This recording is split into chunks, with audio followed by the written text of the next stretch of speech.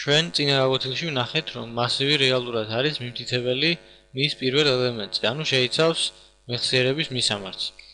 მოდი ახლა ვნახოთ თუ რა განსხვავება არის მასივებს და პოინტერებს შორის. დავუბრუნდეთ ისევ ჩვენს მიერ დაწერილ კოდს და გავასუფთავოთ.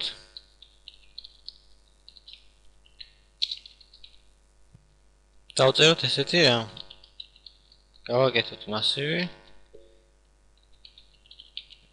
და ასევე გავაკეთოთ პოინტერი და მას მივანიჭოთ ეს. ვინაიდან ესი თავის მხრივ არის მისამართი, ჩვენ შეგვიძლია პირდაპირ ჩავწეროთ ეს ნიშნულობა.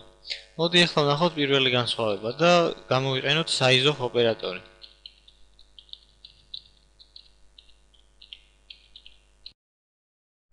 ვნახოთ ახლა როგორ იმუშავებს ეს ჩვენი პროგრამა.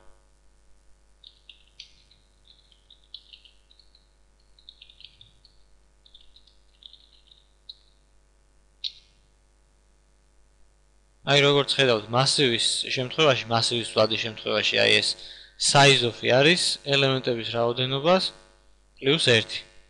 ამ შემთხვევაში ვინაიდან ბოლო სიმბოლო არის 0 სიმბოლო. ხოლო რაც შეეხება პოინტერისთვის size of არის 4 ბაიტი. ვინაიდან 4 ბაიტი არის საჭირო იმისთვის, რომ ჩვენ შევინახოთ მისამართი მეხსიერების რომელიმე ფრაგმენტი. აქვე ვნახოთ ჩვენ მეორე განსხვავებაც და დავბეჭდოთ.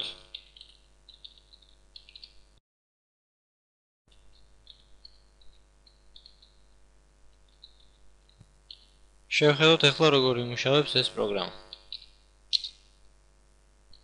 აი როგორც ხედავთ ახლა თვითონ მასივის ცვლადის მისამართი და ამ ცვლადის მისამართი არის ერთი და იგივე, ანუ ეს ნიშნავს იმას, რომ ესი და აი ეს ამპერსანტი ესი არის ერთი და იგივე.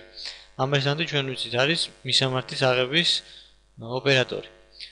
მაგრამ პოინტერის შემთხვევაში, როდესაც ჩვეულებრივად ვიყენებთ მას, ეს არის მისამართი, რომელიც მიუთითებს რომელიღაც ცვლადზე და ამპერსანტი p არის უკვე თვითონ აი ამ ცვლადის ამ პოინტერის მისამართი. და ეს შესაბამისად არის განსხვავებული. ვნახოთ კიდევ ერთი განსხვავება მათ შორის.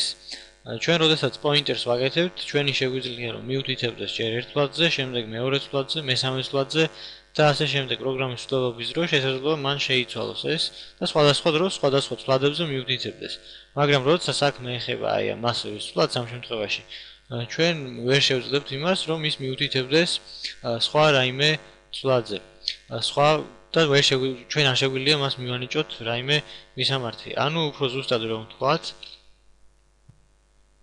აი ესეთი რამე s მივანიჭოთ p გამოიწვევს შეცდომას. და აი როგორც ხედავთ, არ დაკომპილირდა ეს ჩვენი კოდი.